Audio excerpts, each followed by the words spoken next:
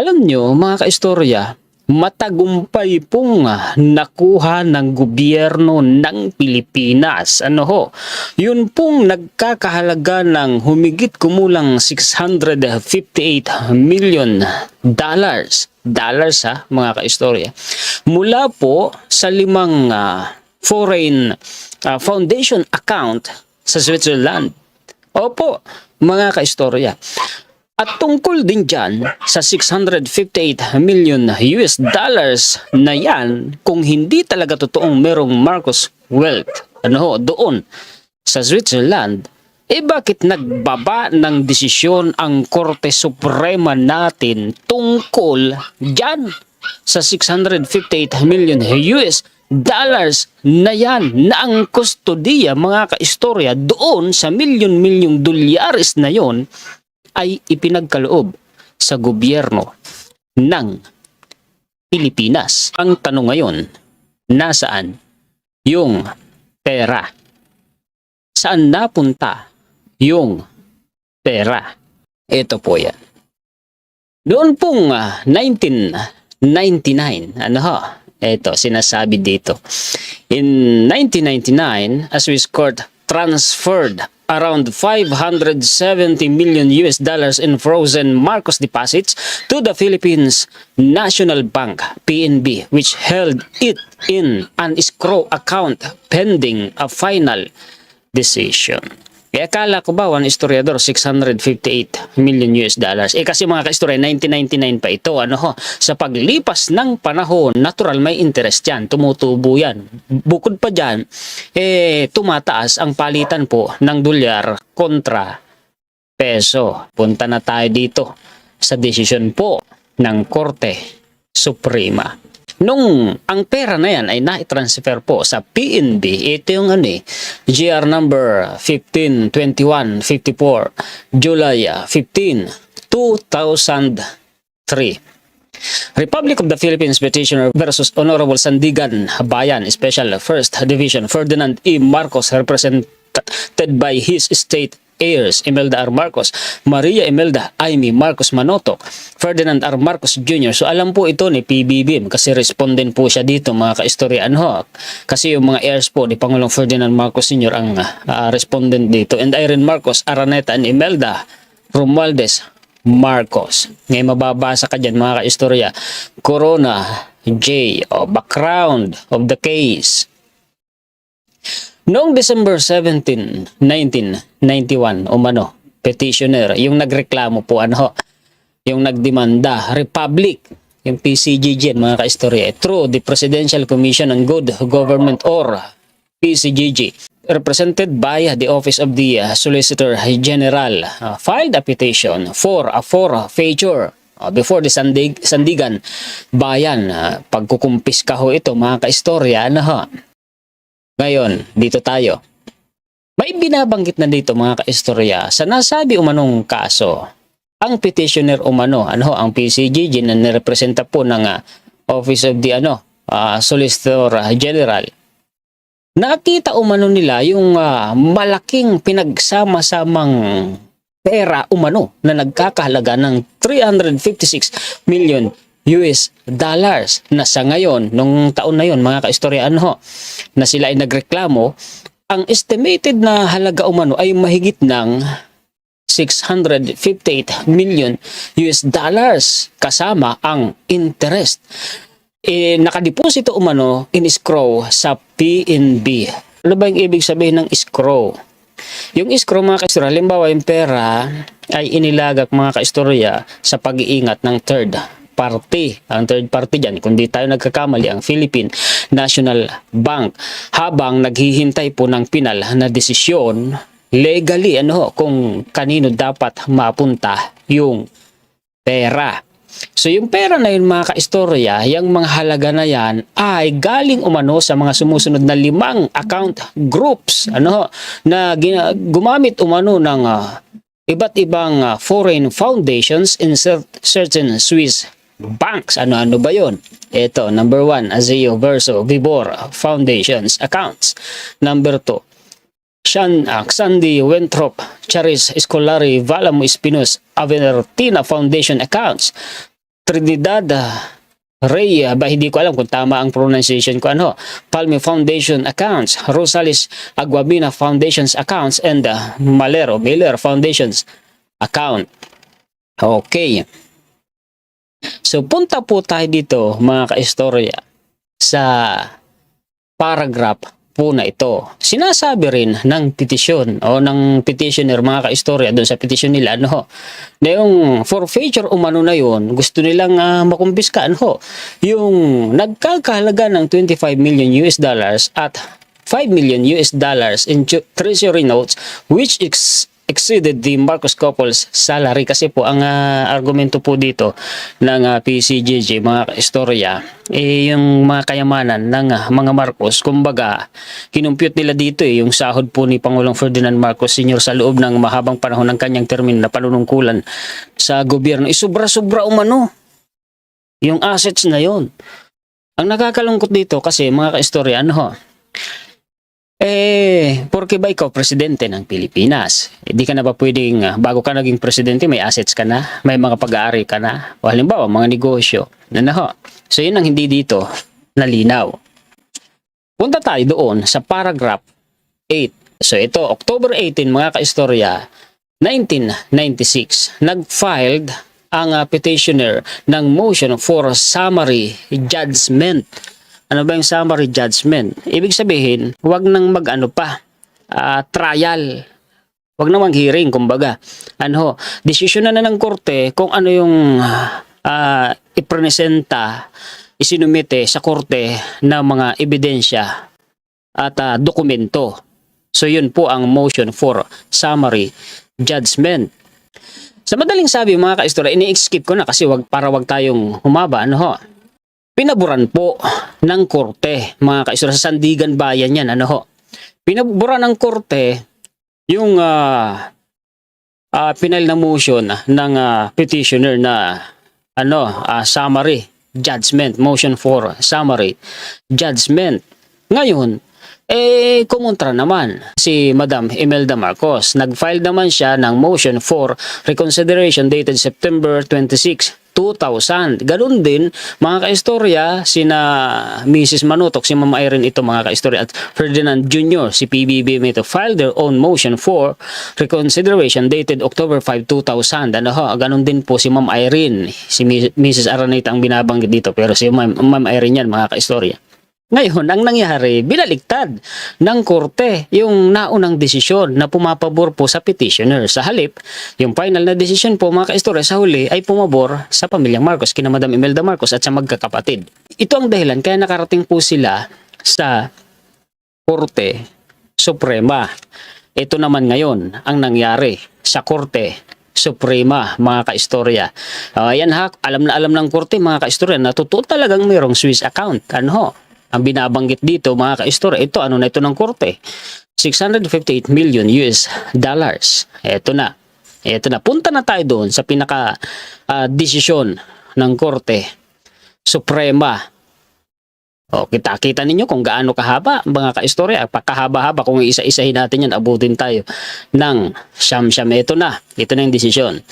The Swiss deposits which were transferred to and are now deposited in escrow at the Philippine National Bank in the estimated aggregate amount of $658,175,373 as of January 31, 2002 plus interest are hereby forfeited in favor of petitioner Republic of the Philippines. Ibig sabihin mga kaistorya, yung pera na yan na mahigit 658 million US dollars na ibinigay na po ng mga bangko doon sa Switzerland sa pamamagitan po mga kaistorya ng order ng korte ng Switzerland, pinadala nila sa Philippine National Bank sa makatwid, ibinigay po sa gobyerno ng Pilipinas. Nagtagumpay ang gobyerno ng Pilipinas na makuha ang amount na yan. 2003 yan, kung hindi ako nagkakamali mga kaistorya.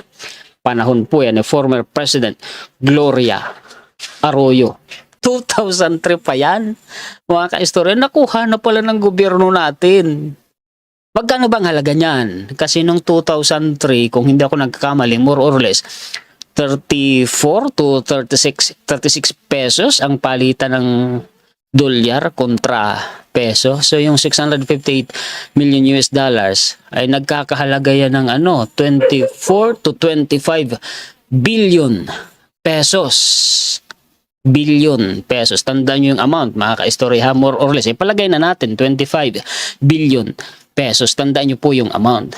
Ngayon, ibig sabihin, kasi declared as ill-gotten wealth yan. Nagtagumpay kasi ang gobyerno ay pumabor, mga ka-istorya, sa petitioner sa PCGG na inirepresenta po ng Solicitor Office of the Solicitor General. Ill-gotten wealth. Ayun ang nakalagay dito, mga ka-istorya. Paano to? In fairness to Madam Imelda Marcos, mga ka-istorya, lihiti mo din ito, ha? Philippine News Agency, SC, ibig sabihin Supreme Court, affirms Imelda Marcos acquittal in dollar salting case September 21, 2018. Alam din ito ng Korte Suprema, ang desisyon na ito. Mga ka-istorya. 2018, yung una, ang sabi doon, ill-gotten wealth yun, kaya yung pera na galing sa Swiss account, na nakinilagak sa PNB, ill-gotten wealth umano, kaya ipinabor sa gobyerno. 2003 yun. Ngayon, 2018 naman, eto. Ang sabi dito, the Supreme Court has affirmed the 2008 ruling of Court of Appeals. Sinigundahan ng Korte Suprema yung desisyon ng Court of Appeals noong 2008 on the acquittal of former First Lady and now Ilocos Representative Imelda Marcos over her dollar salting case where she allegedly stashed millions of dollars in Swiss bank accounts. Paano yun?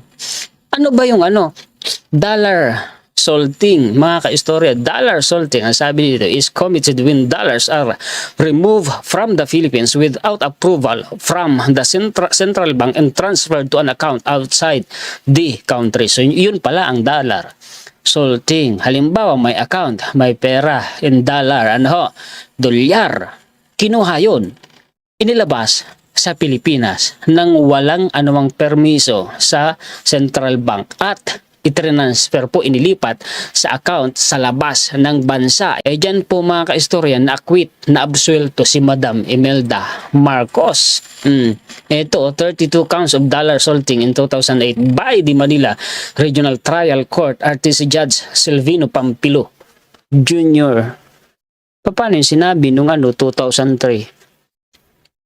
Kasama nga dun sa respondent si Ma'am Imelda Marcos. Tapos 2008, itong desisyon, sinigundahan pa ng Korte Suprema yung desisyon po ng Court of Appeals na i-acquit nga si Madam Imelda Marcos sa 32 counts of dollar salting.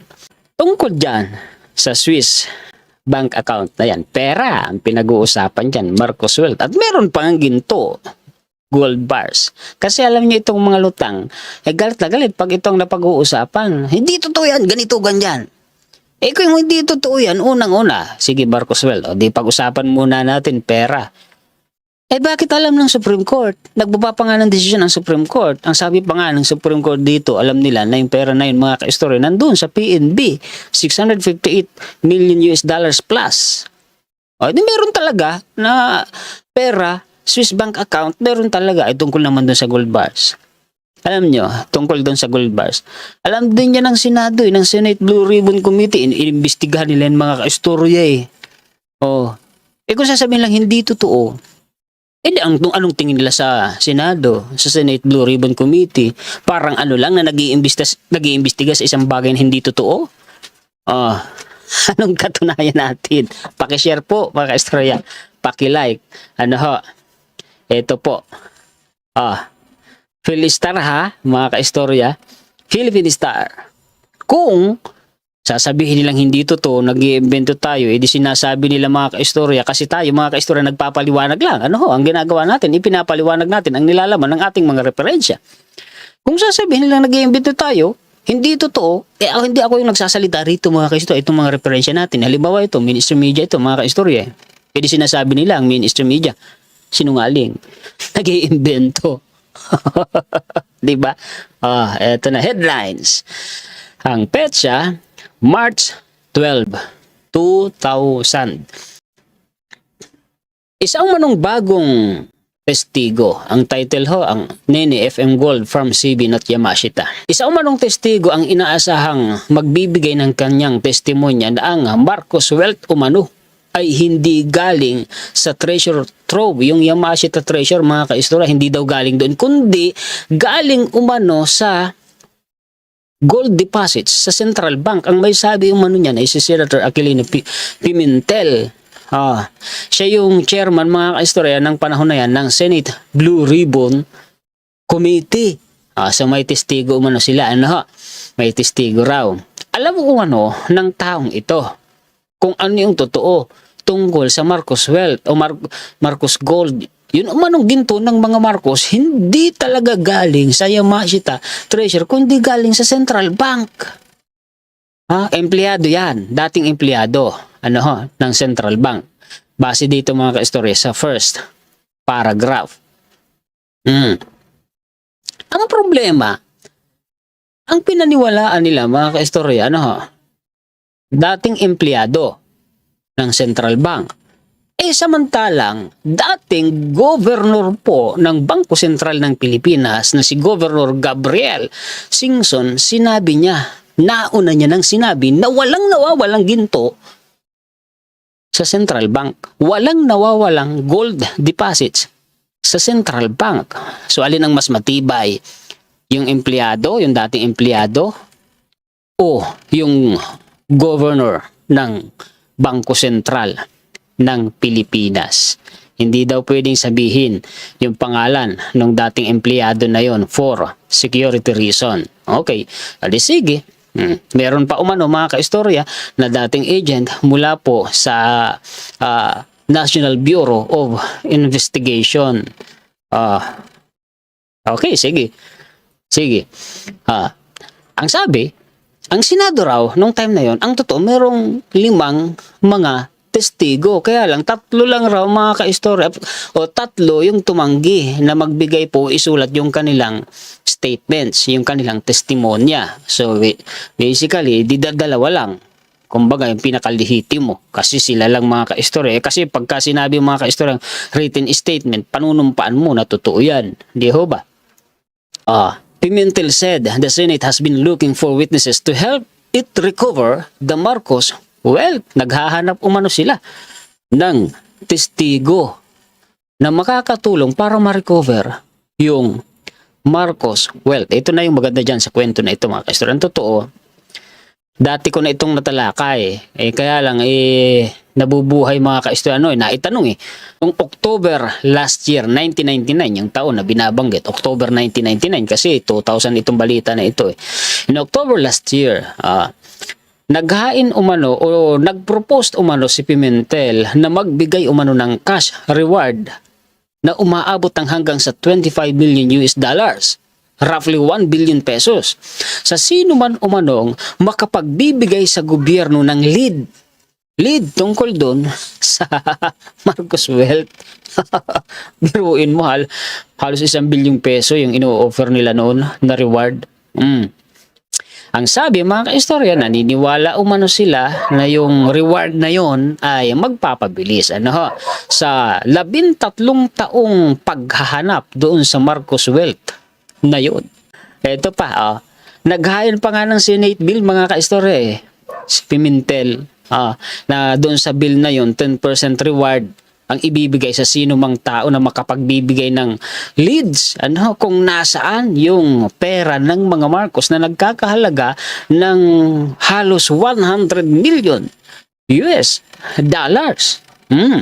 Meron pang 7%, 7% daw ang ibibigay sa sino mang makapagtuturo doon po, mga kaistorya, kung nasaan kung saan galing at kung nasaan yung fabled cash, mga kaistorya. At ito pa, gold. Ayan sinasabi nyo hindi totoo. Bakit hinahanap ng Senate Blue Ribbon Committee? Bakit hinahabol ng PCGG? Bakit iniimbestiga ng Senado? Na nagkakahalaga ng mahigit 100 million US dollars, ngunit hindi aabot sa halagang 500 million US dollars. Sabi nila, di totoo, binabatikos nila yung ano na yan. Bakit iniimbestigahan ng Senado?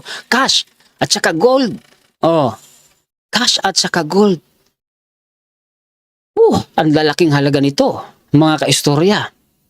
Ito pa, mayroon pa, ang daming reward na pinag-uusapan dito. 5% reward ang ibibigay sa sino man anyang makapagsasabi kung nasaan nakalagay o kung nasaan nakalagak yung mahigit 500 million US dollars of Marcos money.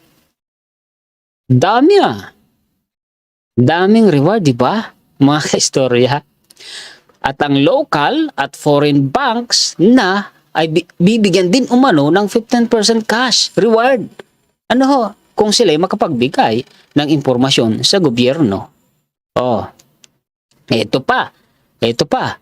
Yung mga informants, mga kaistorya, ay hindi pwedeng sampahan ng kaso dahil entitled sila umano sa immunity. At ang sino mang kaibigan at kamag-anak ng mga Marcos, hindi sila pwedeng sumali dito sa usapan na ito. Hindi sila pwedeng, mga kaistorya, na kumbaga tumanggap ng reward kung sila ang magtuturo. O yun ang sinasabi dito, pinapaliwanag ko lang, mga kaistorya. Meron pang binabanggit dito, aborted testimony of Rainer Jacobe. Sino kaya itong Rainer Jacobe na ito, mga kaistorya? Alam nyo, magandang kwentong ito Isa umano siyang Australian wealth hunter. Wealth hunter, gusto nilang magtestigo pero hindi naman daw nagpaparamdam na gustong magtestigo si Rainer Jacobe. Sino ba yung Rainer Jacobe na yan? Hinahanap nila yan, mga kaistorya kasi kailangan nila, gusto nila yung testimonya ni Rainer Jacobe. Ang problema nga, hindi nila makontak. Hindi nila makontak. Hindi naman una sila makapunta sa Australia. Hindi sila makapunta sa Australia kasi walang kasiguraduhan kung makikita nila, matatagpo nila, makakausap si Rainer Jacobe para makakuha sila ng mga impormasyon kay Rainer Jacobe. Sino kaya itong Rainer Jacobe na ito, mga kaistorya? Ito yan Ito kaya sabi ko sa inyo, ang ganda ng kwento na ito ito ABC News Online ito, mga kaistorya. From the Strait of Manila to the secret bank vaults of Switzerland, Australian investigator Rainer Jacobe has been tracing the alleged ill-gotten wealth. Siya pala yung nagtitrace, mga kaistorya, ng Marcos wealth na sinasabi nila na ill-gotten daw. Sino nga ito?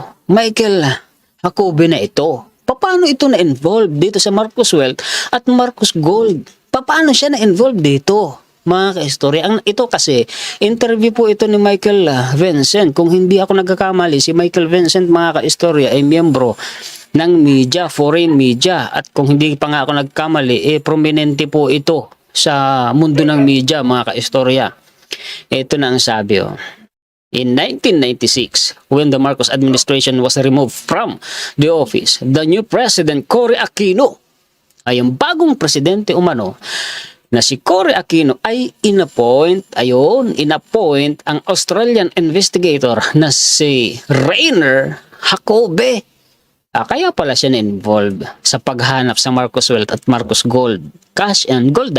Kaya pala siya na-involved kasi inappoint po siya ni Cory Aquino para hanapin umano yung mga pera. Ayun, mga kaistorya. Ito pa. For more than a decade, the former intelligence consultant, so former intelligence consultant pala, mga kaistorya, si Rainer Jacobe, ay sinabing natagpuan niya, na-track down niya, nakita niya kung nasaan yung pera na nagkakahalaga ng, eto na mga kaistorya, 13.2 billion US dollars. Wow! Ang laki niyan, mga kaistorya. 13.2 billion US dollars. Kung yung na-transfer po sa PNB na nai-grant na sa gobyerno ng Pilipinas nagkakahalaga lamang ng 658 million US dollars, malaki pa yung natitira pala. Si Rainer Jacobe ang may sabi dito, mga kaistorya.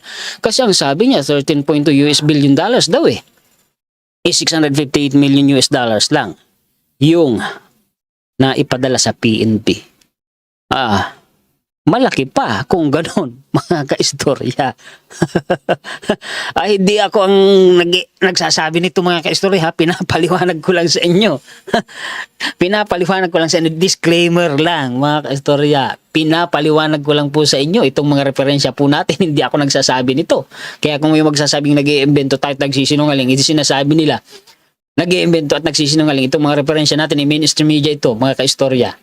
Eto na ngayon, ang isa pang magandang kwento tungkol kay Rainer Jacobe, Associated Press. Eto na. Philippine agent arrested for trying to crack bank computers. Ahente umano ng Pilipinas inaresto dahil gusto umanong makrack ang computer ng bank doon sa Switzerland, July 16, 1991. Ay kaya pala ito hinahanap kasi na-aresto pala ito Na-aresto, mga kaistorya, ito. Zurich, Switzerland. A Philippine government agent tracking assets of the Marcos family has been arrested in Germany for trying to tap Swiss bank computers, prosecutors said. Today, isa umanong agent ng gobyerno ng Pilipinas ang inaresto sa Germany dahil sinubukan umano nito, mga kaistorya, na mapasok ang system ng computer ng Swiss bank doon sa Switzerland sa paghahanap sa pera ng mga Marcos. Ay, may kasabot pa nga siya, mga kaistorya, sabi dito, ayan The agent and 3 alleged accomplices face criminal charges of the economic espionage, the Zurich District Attorney's Office said in a statement. 4 sila, may 3 siyang kasabwat. Mga kaistorya, hinuli sila. Doon pa sila nahuli sa Germany. Wala naman umanoan yung nangyari na electronic break-in actually happened. Wala daw nangyari, mga kaistorya. Ibig sabihin, hindi nga nagtagumpay na makrack nila yung computer system ng bangko sa Switzerland. Ito na. It added that the government in Manila, anong ibig sabihin, mga kaistorya? Ang gobyerno umano ng Manila, pag sinabing gobyerno ng Manila, gobyerno ng Pilipinas, Malacanang, mga kaistorya, malinaw umano na ang gobyerno natin, mga kaistorya, na biktima ng scam dahil umano yung mga bank account details na ibinigay doon kina Rainer Jacobe, mga kaistorya, ay peke. May isang taong nagkunwaring hacker, pero hindi totoong hacker kundi scammer. Binigay niya kina Rainer Jacobe yung mga dokumento, mga kaistorya, mga detalye na sinasabing galing yun sa bangko, na-hack yung computer ng bangko. Peke naman pala yung ibinigay kina Rainer Jacobe, na biktima umano ng scam ang gobyerno ng Pilipinas. Nakakahiya ito. The Manila government has been in Swiss courts for 5 years. Kung 1991 ito, tama nga, 5 taon na sila, mga kaistorya, naghahanap doon sa pera ng mga Marcos na sinasabi nila ill-gotten wealth umano. Natatawa ako kasi ito yung sinabi sa taas na biktima ang gobyerno natin ng scammer, yung nagkunwaring hacker. Prosecutor's office po ang nagsasabi rito, mga kaistorya, ha. The leader of the attempt to gain access to Swiss computers. So, yung leader umano na nagtangka umanong mapasok yung Swiss computers na ay si Rainer Jacobe. Ito na. An Australian acting on behalf of Manila's Presidential Commission on Good Government. Kasi nga, di ba, inapoint daw ito ng Cory. Siya yung kumikilos in behalf of Presidential Commission on Good Government. It said that he was arrested in Munich, Germany on a Swiss warrant Thursday. Ang hirap dito, mga kaistorya, ng ganito. Isipin mo, bakit ba nakipagsabuatan sa akala nilang hackers? Ayan, tuloy. Nabiktima tuloy sila. Na-scam tuloy sila. Kakahiya to, mga kaistorya. Inulit pa dito The Philippine government most likely has fallen prey to fraud. Nabiktima ng panluloko. nabiktima ng panluloko dahil nga yung sinasabing bank statements na ibinigay kina Rainer Jacobi, peke. Ayan, ay sa nagsasabing hindi totoo. Bakit hinahabol-habol? Nag-appoint pa ng tao po na maghahanap ng Marcos Wealth hanggang doon sa Switzerland. Ang masaklap, mga kaistorya, nakipagsabuatan sa isang taong nagkunwaring hacker. Napike tuloy sila. Natanso tuloy sila. Na-scam tuloy sila. Uso na pala noon ang mga kaistorya, budol. Nabudol tuloy sila. Nakakahiya to, mga kaistorya. World news na to eh. So, yun lang mga kaistorya. Shoutout po sa ating mga kaistorya dyan po sa Canada. Kinakaistorya po na Teresita Kagiwa, kay kapatid po na Caroline Pila, at sa New York City po si kaistorya po na si kapatid na Denida Enting. At shoutout din po sa mga kaistorya po natin dyan sa Japan, sa Switzerland, meron din po sa Singapore, sa Taiwan, sa China, sa Middle East, at dyan po sa Spain, sa Italy, sa England, sa Greece, sa Amerika. Ang totoo, meron na rin nagko-comment nasa Africa po sila, mga kaistorya. Meron po. Shoutout po sa inyong lahat, mga kaistorya. Muli, ako po si Juan Historiador, ang tagakwento ng totoong istorya ng kasaysayan na nagmamalasakit sa kapwa ko Pilipino at nagmamahal sa bansang ito, ang bansang Pilipinas. Pakisuportahan po ang bagong gawa ko na YouTube channel, ang aking backup channel, ang Kaistorya TV. Ang link po niyan, mga kaistorya, nandyan din po sa description po ng ating live stream. May mga uploads na po ako dyan, mga kaistorya, bagaman hindi ako nag-upload dyan sa kasalukuyan, nananatili pong active yan, mga kaistorya. Pagpalain po tayong lahat.